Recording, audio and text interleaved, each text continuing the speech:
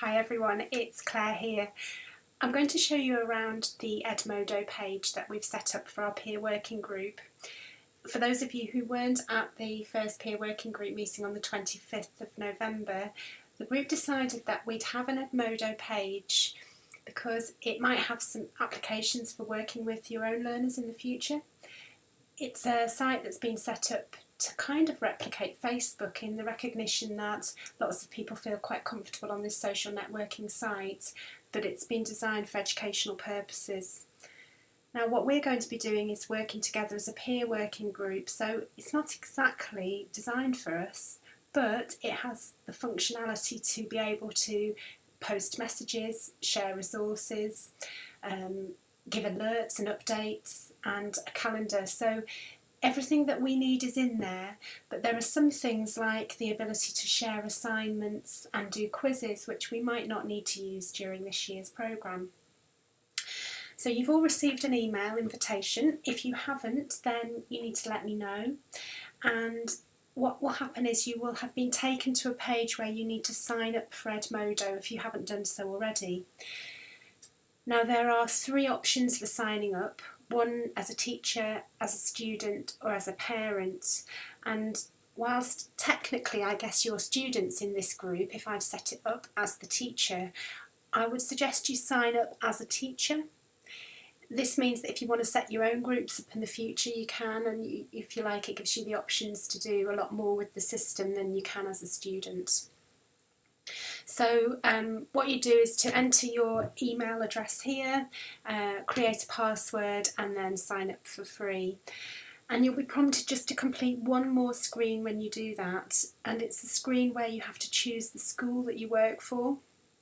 Again, it's not exactly the right terminology here, but you may find that the college or organisation you work for is already on the list, because there are a few people now in the UK using this system. If it's not there though, you've got the option to add your own school, and you might be asked to choose which grade you work under, and again there's a little bit of an Americanism here in terms of talking about 9th grade and 10th grade, etc. But you can opt to have no grade or pick higher education. It's entirely up to you. So once you've signed up, you're going to go to your home page, and I'm going to log in now and show you what my home page looks like, which is a little bit more populated than yours will be. And you can see I have my profile picture, this perhaps familiar blue band at the top, a little bit similar to Facebook. And that similarity is important actually, because for people who aren't digitally confident, going into a place which looks familiar, it actually can be a way in which to help them take part. And you can see my groups listed on the left hand side of the screen, and we're working as the peer working group, the PLAR peer working group, and just a reminder, PLAR is practitioner led action research. So I'm going to go to that group now. I can actually see I've got an alert, so it may be one of you wanting to join the group, and indeed it is.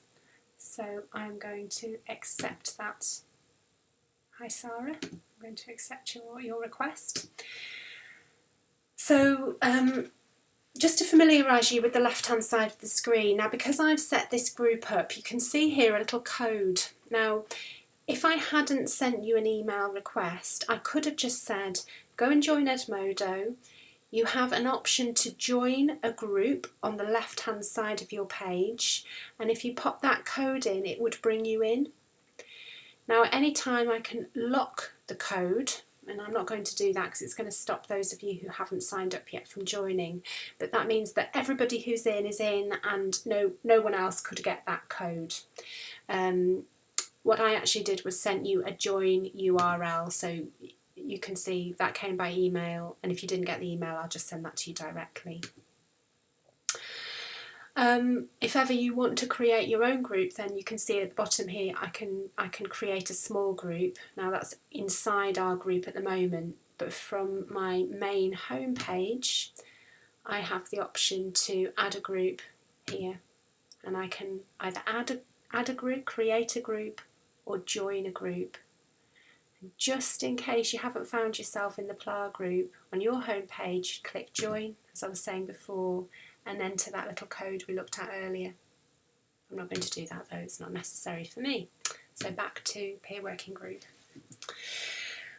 Okay, again, perhaps quite similar to Facebook, there's an area in the centre of the page where you can post messages. So I've said welcome, and you will have an option at the top here to type your notes in. You can choose to send it to the whole group, and that's automatically set up when you type a posting. Or if you want to, you could just send it to one person. So I've just noticed Sarah's joined the group.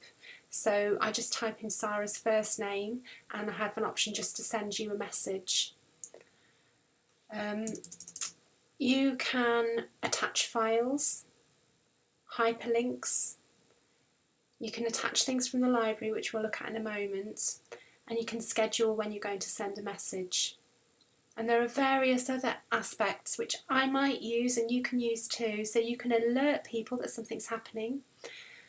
So perhaps before the next webinar in January, I'll send you all an alert to remind you that's coming. You can set assignments. And I might use this function this year if I want to gather in things from you. So perhaps when I want to see your self-assessments of action research, I could set it as an assignment, and then you can attach it and send it to me. No one else would see it in the group, that would just come through to me. We could even do a quiz, but maybe that's one step too far. But well, there's options there for doing different things, and I think you could see the applications for working with your own learners in that sense. Something which might be useful to us, and I think I'm just thinking about some comments in the group yesterday about the fact that we've got a Pearl tree, so we have a place online, and just to remind you what that looks like. Remember the Pearl tree that we were looking at yesterday? This is where all the hyperlinks can be found for the programme. So if we go to this home page, you can see I've got quite a few Pearl trees. So this is our action research Pearl tree.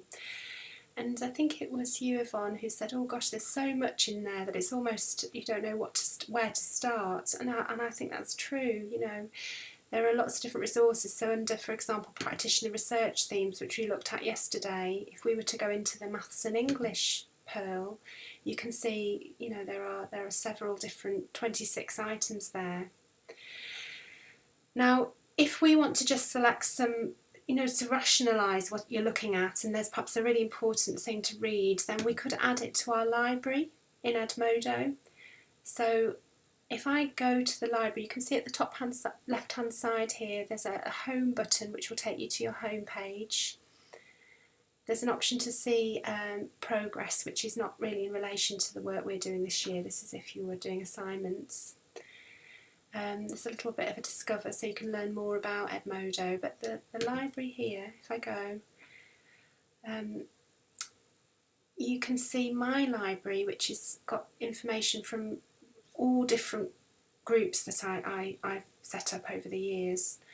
But what I can do here is that we can add things to the library for this group, so just have a few things that we think are relevant. So I'll set about putting a couple of things into the group page so that I can guide you, if you like, to some of the key things to read this year. For now there's nothing there, so it's not something you need to think about too much, and perhaps I'll do another screen recording a little bit later to show you some of the more advanced features of Edmodo. One more thing I want to say is that I'm going to post programme resources in here by way of encouraging us to go in and have a look every so often. So you can see now that the slides from yesterday's session are up in Edmodo. Now it depends on, it's entirely up to you how you want to receive information. You can decide that you'll just go into Edmodo and see what's new every so often.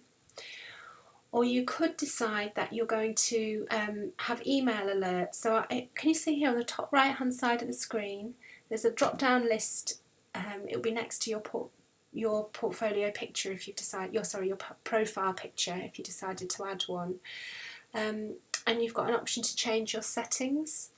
I think this is really key. in a system like this to stop you from getting lots and lots of unwanted emails as we start to use this more regularly.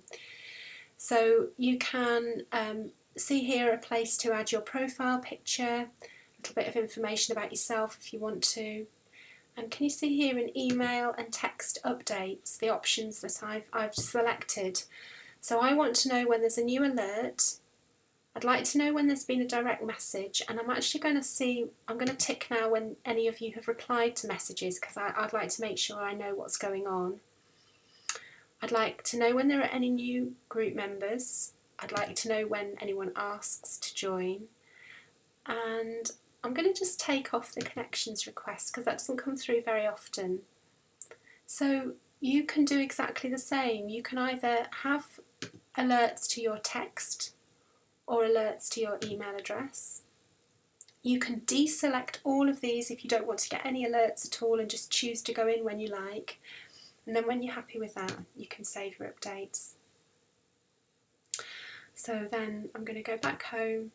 Remember to get into my group. I just select the group on the left hand side of the page, and then hopefully you'll be good to go.